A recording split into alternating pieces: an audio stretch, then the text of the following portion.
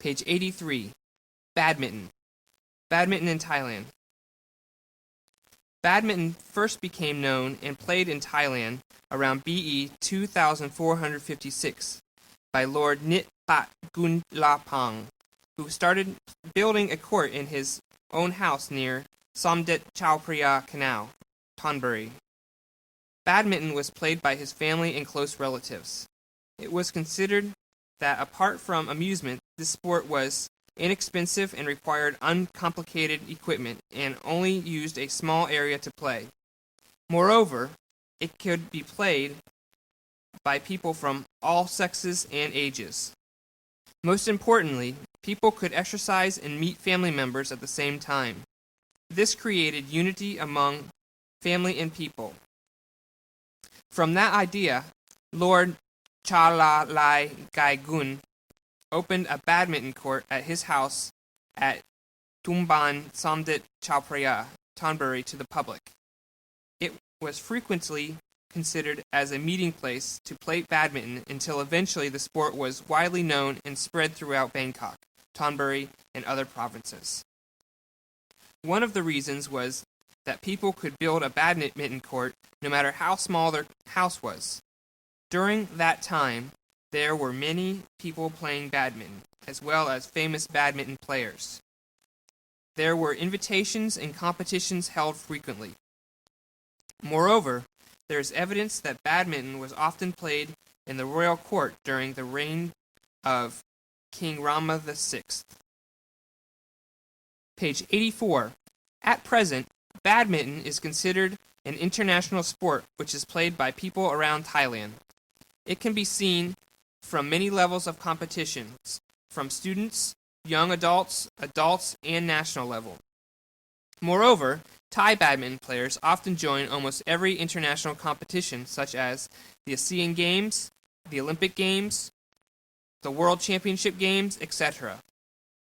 With regard to education, badminton is often included in physical education courses for school students and university students.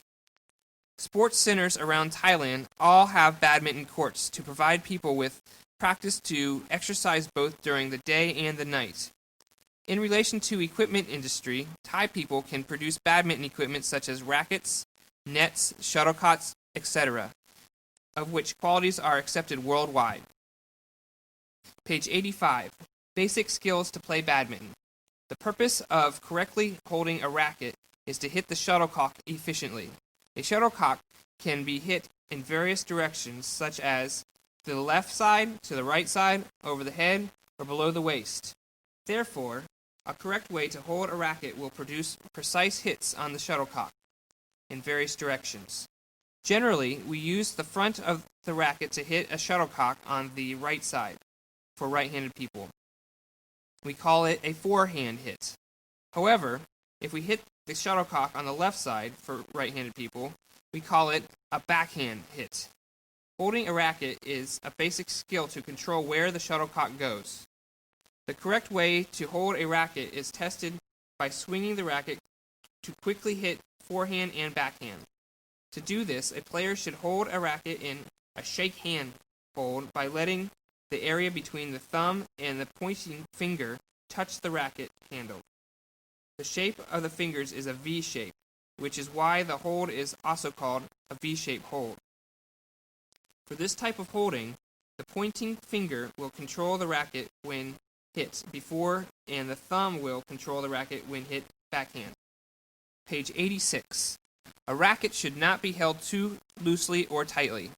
This is because holding too tight will freeze the muscles and reduce the force, which is in turn causes muscles to tire.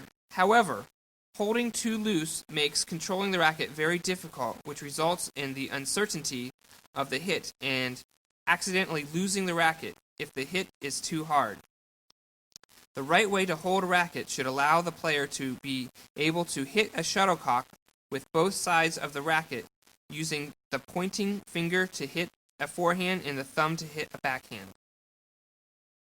Page 87. Holding a shuttlecock. There are two types of holding a shuttlecock when serving. 1.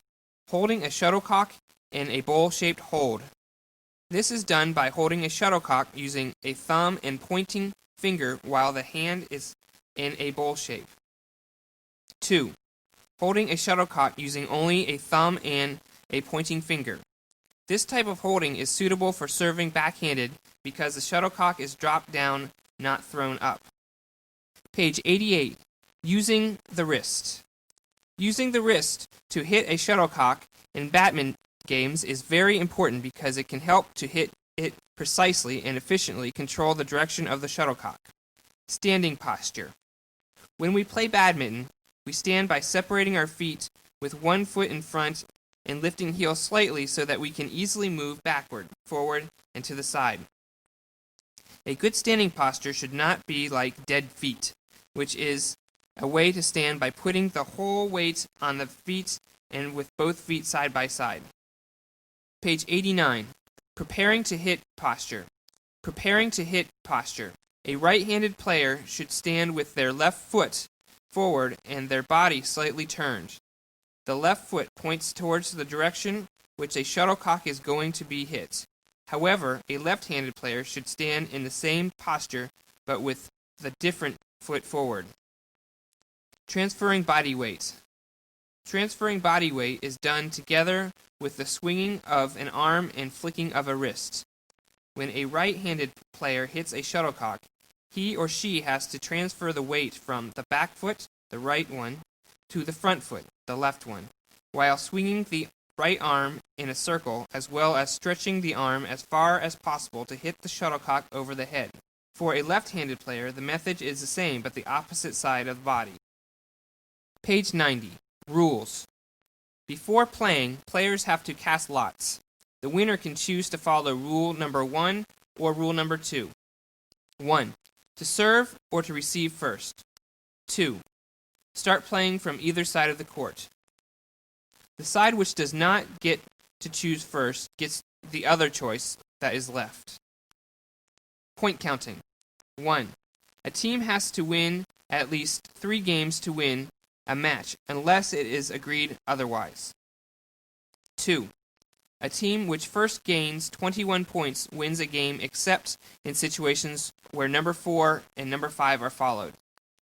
3. A team that wins a hitting challenge gains 1 point. 4. If both teams have 20 points, a winning team will have 2 leading points. 5. If both teams have 29 points, a team that first reaches 30 points wins. 6. The winning team in one game will be the serving team in the next game.